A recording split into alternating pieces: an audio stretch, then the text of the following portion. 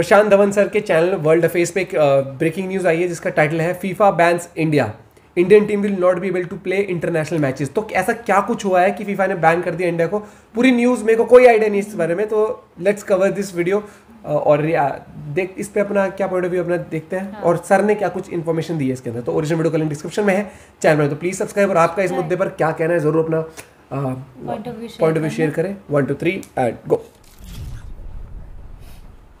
नमस्कार, welcome you world affairs. मैं प्रशांत Dhawan. Now दुनिया का सबसे ज्यादा पॉपुलर स्पोर्ट कौन सा है? नंबर 1 में बताया जाता है कि सॉकर है। क्रिकेट अभी के लिए नंबर 2 पे आता है। सॉकर आप देखोगे हर कॉन्टिनेंट में फेमस है। और इंडिया के लिए सैड बात अब ये है कि भारतीय फुटबॉल टीम, चाहे विमेन टीम हो या फिर मेंस टीम हो, किसी भी इंटरनेशनल फुटबॉल मैच में इंडिया के झंडे के अंडर पार्टिसिपेट नहीं कर पाएगी। जी हाँ, इंडियन फुटबॉल टीम को, चाहे अंडर 19 हो, कोई भी टीम हो, इंडियन फ्लैग के अंडर पार्टिसिपेट नहीं कर पाएगी क्योंकि फीफा ने इंडिया पे लगा दिया है बैन। और ये दुनिया भर में न्यूज़ बनी थी। यहाँ पर आप देख पाओगे ESPN का आर्टिकल है, why did FIFA ban India, क्या ये बैन हट सकता है? क्योंकि दुनिया में एक्चुअली मैं देख रहा था बहुत से देश चिंतित भी हैं, बिकॉज इंडिया को फुटबॉल वर्ल्ड देखता है एक इमर्जिंग मार्केट के फ्यूचर में। यहाँ पर भी बहुत सारे क्लब्स खड़े होंगे, यहाँ से भी बहुत सारे फुटबॉल प्लेयर्स निकलेंगे, एक ह्यूज मार्केट होगी जिस तरीके से क्रिकेट के लिए ऑलरेडी मार्केट एग्जिस्ट करती है। तो अभी के लिए तो मैं यही कहूंगा कि जो ये फीफा का बैन है of AIFF, all India football federation. अच्छा हाँ, फीफा की फुल फॉर्म क्या है? फीफा की फुल फॉर्म है international federation of association of football. Internationally जो भी फुटबॉल खेली जाती है उसको गवर्न करता है फीफा। जिस तरीके से क्रिकेट में है इंटरनेशनल क्रिकेट काउंसिल ICC, उस तरीके से सॉकर में आपको मिलेगा फीफा। तो फीफा ने इंडिया में, जो आप कह लो जिस तरीके से क्रिकेट में BCCI है, उस तरीके से इंडियन सॉकर को संभालता है AIFF, इसको बैन कर दिया है। और ये अपने आप में एक अल्टीमेट एम्बैरेसमेंट है ऑफ इंडियाज फुटबॉल एडमिनिस्ट्रेशन। तो इस वीडियो में हम बात करेंगे कि यहाँ पर हुआ क्या है, क्या ये बैन रिवर्स हो सकता है, इंडिया में जो अंडर 17 विमेंस वर्ल्ड कप होना था उसका यहाँ पर क्या होगा, क्योंकि इंडिया ने करोड़ों रुपए खर्चे हैं इस वर्ल्ड कप की तैयारी में। तो अगर ये वर्ल्ड कप इंडिया में नहीं होता है तो इससे इंडिया को ही लॉस होगा। तो डिस्कस करते हैं इस टॉपिक को इन डेप्थ। बहुत कुछ यहाँ पे आपको जानने को मिलेगा, मगर आगे बढ़ने से पहले आपसे क्वेश्चन पूछूंगा। विलियम रूटो, ये नाम आज के समय इंटरनेशनल रिलेशंस में बहुत डिस्कस किया जा रहा है। इन्होंने बहुत बड़ा तीर मारा है। आपको बताने हैं कि विलियम रूटो प्रेसिडेंट बनने वाले हैं बहुत ही जल्द। किस देश के? ये हैं यहाँ पे आपकी option, Zimbabwe, Kenya, south Africa या फिर इथियोपिया। कमेंट सेक्शन में करो उत्तर, सही आंसर मैं आपको दूंगा वीडियो के अंत में। ना पहली बात तो आपने देखा होगा कि जो भी ये बैन लगा है फीफा का इंडिया पर, इसमें काफी बार ये नाम सामने आ रहा है प्रफुल्ल पटेल का, कि जी प्रफुल्ल पटेल अगर ऐसे करते तो ये ना होता, अगर ये ऐसे करते।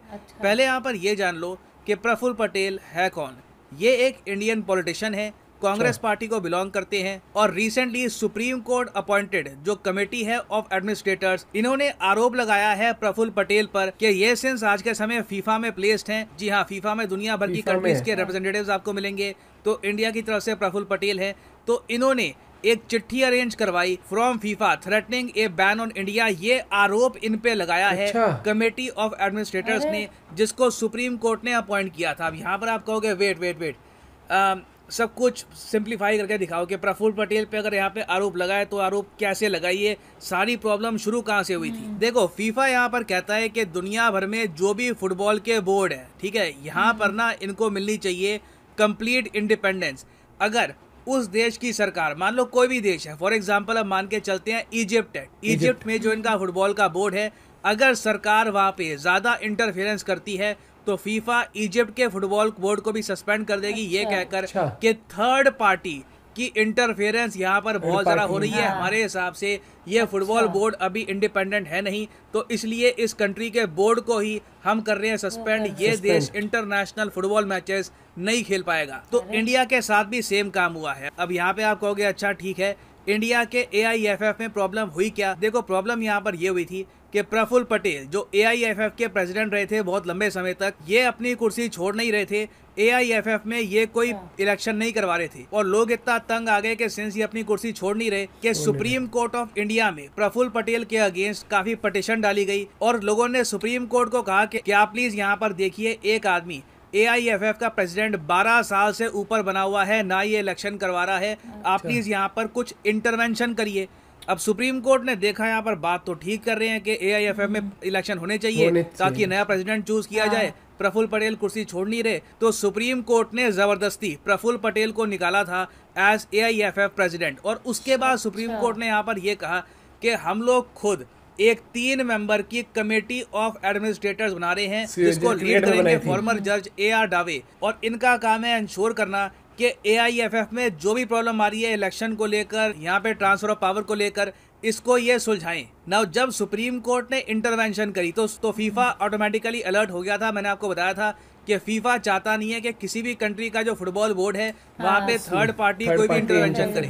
तो फीफा ने यहाँ पे संकेत देने स्टार्ट कर दिए थे कि वो अनकंफर्टेबल है कि इंडिया में क्या हो रहा है ये सब देखकर। और अब मोस्ट रिसेंटली फीफा ने इंडिया को सस्पेंड भी यही कहकर किया है कि देखिए AIFF में थर्ड पार्टी इंटरवेंशन बहुत ज़्यादा हो रही है और ये लोग इंडिया का स्टेटस इंटरनेशनल फुटबॉल में वापस रीइंस्टेट तभी करेंगे जब AIFF की प्रॉपर फंक्शनिंग हो जाएगी, यहाँ पर इलेक्शन हो जाएंगे और उसके बाद ये फुटबॉल बोर्ड, ये फुटबॉल फेडरेशन प्रॉपरली काम करेगा। इसको कोई बाहर से कोई कमेटी कवर नहीं करेगी। अब ऑफ कोर्स सुप्रीम कोर्ट ने जो यहाँ पर कमेटी ऑफ एडमिनिस्ट्रेटर्स बनाई थी, ये लोग आरोप लगा रहे हैं कि प्रफुल्ल पटेल गुस्सा है कि इनकी कुर्सी चली गई, इसलिए इन्होंने ये सब किया है। ऑफ कोर्स इनका ये आरोप है, ऐसा इन लोगों ने कहा है। मगर यहाँ पे मुझे पता है आपका मेन क्वेश्चन ये होगा कि अच्छा अब ये सब सॉल्व कब होगा। मेन पीड़ा यहाँ पर ये हो रही है कि हमारे देश की फुटबॉल टीम इंटरनेशनल मैचेस में पार्टिसिपेट नहीं कर पाएगी। ये प्रॉब्लम सॉल्व कब होगी? देखो, पहली बात तो ये जान लो कि ऐसा पहली बार नहीं हुआ है कि फीफा ने थर्ड पार्टी इंटरफेरेंस की वजह से किसी कंट्री की फुटबॉल बोर्ड को बैन किया है। इससे पहले ये इराक के साथ हो चुका है, नाइजीरिया के साथ हुआ था 2014 में, कुवैत इंडोनेशिया के साथ हुआ था 2015 में, पाकिस्तान के साथ 2017 में हुआ था, फिर 2021 में फिर से हुआ, फिर केनिया के साथ मोस्ट रिसेंटली हुआ है। सारे केसेस में मैं आपको ये बता दूं, मैक्सिमम 1 से लेकर 2 साल में ना जो भी ये बैन है थर्ड पार्टी इंटरफेरेंस को लेकर, ये हट जाता है। क्योंकि मैक्सिमम 6 महीने से लेकर या 24 महीने आप कह लीजिए, इतना टाइम काफ़ी होता है। इतने टाइम में जो भी इलेक्शन को लेकर, पावर को लेकर इशू होते हैं, ये सॉल्व हो जाते हैं और फीफा वापस उस कंट्री को इंटरनेशनल अरीना में ले आता है। पाकिस्तान के साथ यही हुआ था, 2021 में बैन लगा, 2022 में जो ये बैन है ये अब हट चुका है।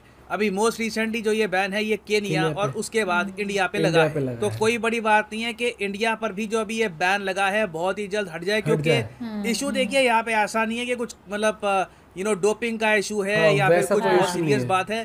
फीफा यही चाहता है कि AIFF प्रॉपरली काम करे, इस पर कोई इंटरफेरेंस ना आ जाए। तो ये हम कर सकते हैं, ये बहुत ही मुश्किल टास्क नहीं है हमारे लिए। हाँ, मगर क्वेश्चन यहाँ पर ये होगा कि क्या हम AIFF को सुधार सकते हैं 2022 के अंडर 17 विमेंस वर्ल्ड कप से पहले? क्योंकि ये जो विमेंस वर्ल्ड कप है ये वैसे होना था 2020 में, मगर कोविड की वजह से इसको बाद में पोस्टपोन कर दिया गया। ये डिसाइड किया गया कि ये अक्टूबर 2022 में होगा, मगर अब इंडिया पे फीफा ने लगा दिया ये बैन। तो अब एक बहुत ही बड़ा प्रश्न चिन्ह यहाँ पे खड़ा हो चुका है कि क्या ये women's world cup India host कर पाएगा या नहीं कर पाएगा। अगर 30 अक्टूबर से पहले ये बैन हट जाता है तो इंडिया बिल्कुल ये वर्ल्ड कप होस्ट कर लेगा। अगर 30 अक्टूबर के बाद भी ये बैन लगा रहता है तो इंडिया ये वर्ल्ड कप होस्ट नहीं कर पाएगा और फीफा को किसी और कंट्री को कहना होगा कि आप ये under 17 women's world cup host करिए। और अभी के लिए उम्मीद यही है कि जल्दी से जल्दी AIFF का जो भी इशू है ये रिजॉल्व किया जाए। क्योंकि मैं ऑनलाइन देख रहा हूँ दुनिया भर में जो भी यूरोप के भी जर्नलिस्ट हो, सब लोग इंडियन फुटबॉल टीम का समर्थन कर रहे हैं। कह रहे हैं कि ये जो सस्पेंशन है खराब है। इंडिया के former football stars for example Baichung Bhutia ने यहाँ पर कहा है कि ये बहुत ही अनफॉर्चुनेट बात है कि फीफा ने इंडिया को सस्पेंड कर दिया है। बहुत ही कड़ा निर्णय है, मगर उम्मीद है कि हम फाइनली अपना सिस्टम अब सही करेंगे और सरकार को भी यहाँ पे इंटरवेंशन करनी चाहिए। क्योंकि इन दी एंड देखिए ये बात आती है देश की प्राइड डेफिनेटली चाहेंगे कि इंडियन फुटबॉल टीम लगातार कम्पीट करती रहे एशियन टूर्नामेंट में, इंटरनेशनल टूर्नामेंट में, और होपफुली एक दिन इंडिया फीफा वर्ल्ड कप में भी प्रॉपरली पार्टिसिपेट करेगा। ना वापस आते हैं अपने क्वेश्चन की तरफ कि विलियम रूटो आजकल न्यूज़ में हैं, ये बनेंगे प्रेसिडेंट किस कंट्री के? तो ये हैं यहाँ पे आपकी option, Zimbabwe, Kenya, south Africa या फिर इथियोपिया। सही उत्तर यहाँ पे है ऑप्शन बी, केनिया। यहाँ पर आप देख पाओगे विलियम रूटो ये केनिया में सड़कों पे सोया करते थे, बहुत ही गरीब इंसान थे। ये अब इनका इतना मीटियोरिक राइज हुआ है कि अब ये केनिया के बनने वाले हैं प्रेसिडेंट। पहली बार देखा जा रहा है कि केनिया की हिस्ट्री में एक आम आदमी, बिल्कुल एक आप कह सकते हैं ग्रास रूट से जुड़ा हुआ आदमी, केन्या का प्रेसिडेंट बनेगा। और फाइनली यहाँ पर मैं बहुत ही बढ़िया तरीके से एक्सप्लेन करा पूरा जो भी चीज इनकी जितनी भी वीडियो है ना, कोई भी अगर कुछ भी ऐसी न्यूज आती है तो बारीकी से इनका जो अगला पिछला हर एक चीज उसको अच्छे से कुछ भी ऐसे ब्रेकिंग न्यूज आती है ना, तो हमें ये लगता है कि एक बार प्रशांत सर के चैनल पे चेक करते हैं, वहां वो एक्सप्लेन बेटर कर देते हैं, एक एक चीज ना फैक्ट्स के साथ बताते हैं, मुझे अच्छा लगता है। और वो कहीं ना कहीं मुझे लगता है कि वो इलेक्शन होनी चाहिए यार मुझे वैसे तो सब कुछ ठीक है, लेकिन मुझे जो बुरा लग रहा है वो प्लेयर्स के लिए लग रहा है। सालों साल मेहनत करता है बंदा, और फिर अभी अंडर 17 टूर्नामेंट है वुमेन्स का, और प्लस आप जिस बोर्ड से एसोसिएटेड हो और आप इंडिया के लिए खेलते हो, तो आपको क्या लगता है यार क्या हो रहा है? हाँ सच में एक वो प्लेयर्स के लिए हर चीज ठीक है कि भाई इस चीज का लॉस है, लेकिन जो मुझे मेन सच बता रहा है, मुझे पर्सनली बुरा लग रहा है, फील जो रहा है वो प्लेयर्स के लिए, क्या कितनी मेहनत करते हैं, कितना यहाँ तक पहुंचने के लिए बंदा कितने सालों करता है कि एक बार इंडिया से लिए खेलेंगे, इंडिया के लिए खेलेंगे, कोई भी। लेकिन ये लंबा नहीं होगा, मेरे हिसाब से महीने 1.5 महीने के अंदर सॉर्ट आउट हो जाएगा, क्योंकि वर्ल्ड कप भी है और इंडिया ने ऑलरेडी इतना पैसा लगा, और मेरे हिसाब से गवर्नमेंट भी इंटरफेयर करेगी, तो हर चीज हो जाएगी। तो होपफुली सब चीज ठीक हो, जल्दी हो जाए, और वापस से मतलब वो, क्योंकि ये एक तरह से बहुत बड़ा वो होता है कि पूरे वर्ल्ड में चर्चा हो रही है इस बात के ऊपर कि क्योंकि न्यूज क्या बनी है, फीफा ने इंडिया को बैन कर दिया, ये बहुत बड़ा एक वो हो जाती है, बात हो जाती है। तो जल्द से जल्द ये सॉर्ट आउट होना चाहिए, क्योंकि यहाँ पर कोई एक क्लब या किसी टीम की बात नहीं, यहाँ पर इंडियन टीम की बात है, इंडियन टीम की बात है, और यहाँ पर प्लेयर्स की बात है, तो भैया मेरे हिसाब से बहुत जल्दी सॉर्ट आउट हो जाएगा ये सारी चीज। बाकी आपका क्या पॉइंट ऑफ व्यू है? आपके हिसाब से क्या कुछ और हो सकता है इसमें? कुछ हो सकता है, मेरे हिसाब से इलेक्शन होने चाहिए, और फिर उसके बाद फिर वो जो कमेटी बनाई है उसको फिर क्या बोलते हैं, फ्री कर देना चाहिए सुप्रीम कोर्ट को मेरे हिसाब से। बाकी सुप्रीम कोर्ट भी अगर कोई डिसीजन ले रही तो बहुत सोच समझ के ले रही, क्योंकि वो भी हर एक चीज पूरी कमेटी बिठाते हैं, फिर वो बारीकी से पूरी जजमेंट होती है। जैसे क्रिकेट जब आईपीएल में हुआ था ना, याद है तेरे को, तो लोधा कमेटी बनाई थी, तो वो होती है, क्योंकि गवर्निंग भी बहुत इंपॉर्टेंट है कि स्मूथ फंक्शनिंग चले हर चीज की। बाकी जल्द हो जाएगा होपफुली, एंड मिलते हैं खबरों के साथ, बाय बाय, टेक केयर।